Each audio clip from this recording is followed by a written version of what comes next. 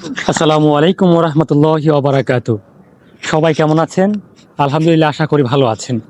আজকে গুরুত্বপূর্ণ আরও একটি বিষয় নিয়ে সবার সামনে আসলাম যে বর্তমানে দুবাইতে স্টুডেন্টরা আসার পরে তাদের প্রথম ইন্টেনশন কি থাকে। তাদের প্রথম ইন্টেনশনটাই থাকে, আমার কিছু টাকা আমি নিয়ে এসেছি। কিছু স্টুডেন্ট যারা মিডল ক্লাস ফ্যামিলি থেকে আসে 30,000 টাকা নিয়ে আসে, 20,000 40,000 টাকা নিয়ে আসে। যারা একটু এফোর্ট বেশি দিতে পারে তারা 50,000 1 লাখ টাকা নিয়ে আসে।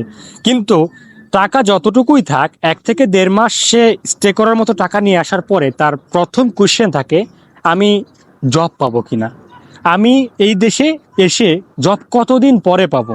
তো এই নিয়ে বেশ কিছু কোশ্চেন আছে যে আমাকে জব পেতে হলে ইউনিভার্সিটি থেকে কি কি ডকুমেন্ট আনতে হবে, এবং আমি জব করতে হলে আমাকে কোম্পানিতে কি কি দিতে হবে, আর কোম্পানি আমাকে কি না থাকলে জব দিবে না, এবং আমি কি কি জব করতে পারবো একজন স্টুডেন্ট হিসেবে, কত ঘন্টা কাজ করতে পারবো, এবং দুবাইয়ের কোন কোন জায়গাতে কি কি জব আছে। তো চলুন জেনে নিই আজকের কোথায় কি জব আছে।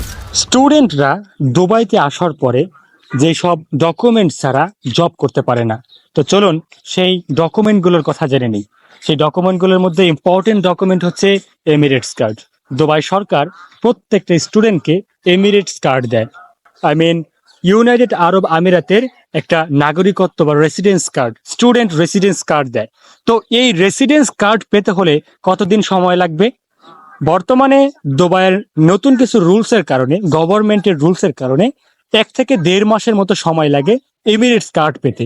এবং এই এমিরেটস কার্ড পাওয়ার পরই একটা স্টুডেন্ট জব করতে পারে। কেন? তার উত্তর দিচ্ছি।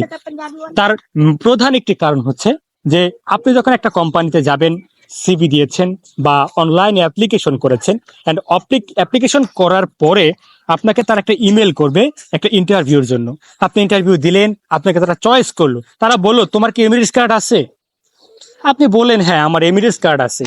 এমিরেটস কার্ড দেওয়ার পরেই ওই কোম্পানি আপনাকে অফার লেটার প্রোভাইড করে, এবং অফার লেটার প্রোভাইড করার পরে আপনি ওই অফার লেটারটা যখন আপনার ইনস্টিটিউট বা ইউনিভার্সিটিতে দিবেন, তখন আপনার ইনস্টিটিউট বুঝবে এই স্টুডেন্টদের জন্য এখন এনওসি দরকার, তাদের জবের পারমিট দরকার, বিকজ আপনার ভিসাতে লেখা থাকে নট অ্যালাউড টু ওয়ার্ক।